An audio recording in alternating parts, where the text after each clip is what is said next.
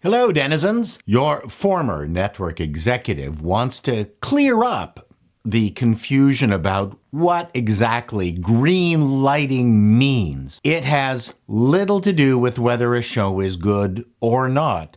Hence your confusion. Fans of my channel will know that I've already done a few videos where I relive my past glories, assess a TV show, and greenlight it or not. The main thing I want to address is that greenlighting a show essentially is to provide the funding to produce it, and it has nothing to do with the quality of the show. And there, right off the bat, we have an issue. What does quality mean anyway? Does it mean good acting, an Aaron Sorkin script, brilliant cinematography? You, the audience, perceives quality in many different ways based on taste, genre, and style. Does The Bachelor need the same production values as The West Wing? No, of course not. Yet American Ninja has significant production values. I would say too good. But for the sake of this discussion, let's stick with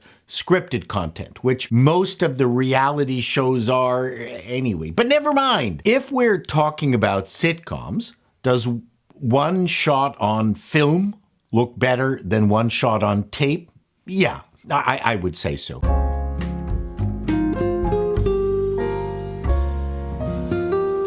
But you couldn't say Married with Children did not have its share of huge laughs and success. Would you say that the sitcoms Alice or Three's Company were quality shows? The writing was cheesy, they looked cheap, the laugh tracks were oppressive, and the acting indulgent. The TV cognoscenti turned their noses up at them, yet they were huge hits. Judging quality requires context. In my first review of Picard, Season 3, many of you thought the show sucked and should not have been greenlit at all. All a network wants of a show is success, which translates to win the ratings for its time slot or carve out a unique demographic against a successful competitor. If the show is also perceived to be of quality, well, that's just a bonus. It's not a goal. However, let's not confuse quality with standards. There are bare minimum set of technical standards. Actors need to be audible. Directors need to be able to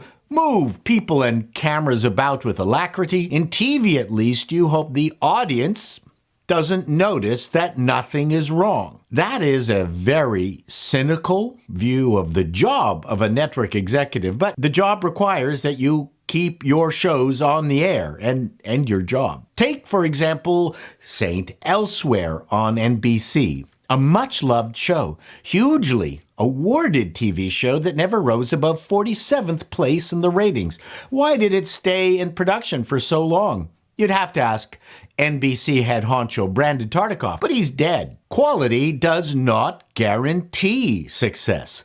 There are hundreds of successful shows for which no one can figure out how to duplicate the magic. Mad Men ended up on AMC because every network, every cable company, every streamer turned it down, and it ended up on sad, desperate AMC. AMC execs weren't geniuses. They needed shows, and Mad Men was probably better than most other pitches they were getting. And while I never worked at AMC, I know what kinds of pitches they had to endure. You see, when you're the new kid on the block, what happens is every producer and writer who has been turned down for the past 10, 15 years, pulls out their dusty copy of their broken dreams that has been making the rounds to every studio. Anything with a pulse. Do they take the hint? No. Because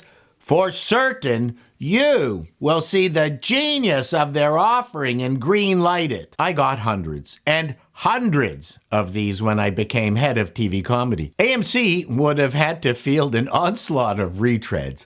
Mad Men must have seemed like an oasis among this wretched awfulness. And Let me tell you, there are few things more excruciating than grinding through a terrible script. You want to greenlight something that will succeed, win the day. What are the attributes of a show that makes it green-lightable? Here's a short list from a network perspective. Which time slots are we losing in the ratings, and who are we losing it to? Is the incumbent show vulnerable to counter-programming, or maybe it's even long in the tooth? What demographics are we going after?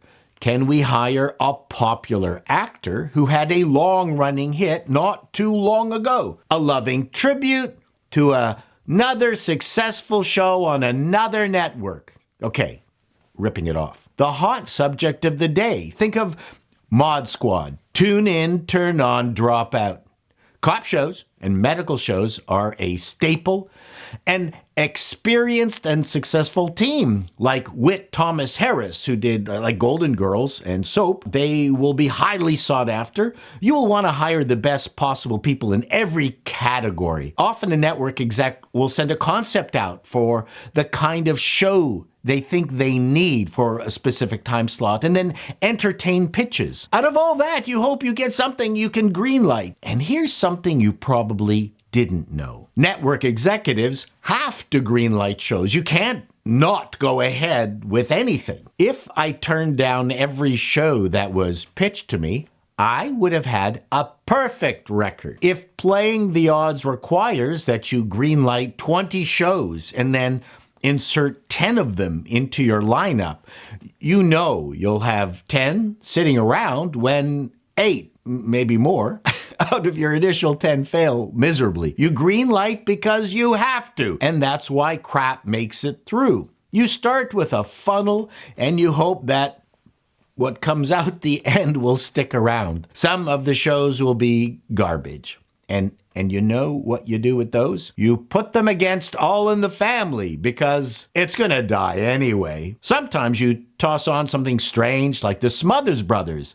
And much to yours and your very conservative TV station surprise, the damn thing's a hit. CBS put it up against NBC's Bonanza and whacked it when it came to attracting a younger, well, much younger demographic. A show featuring counterculture humor, introducing Steve Martin, music acts like Buffalo Springfield, Cream, and The Who. And you know what CBS did? They did everything in their power to kill it because they hated it. So don't talk to me about quality.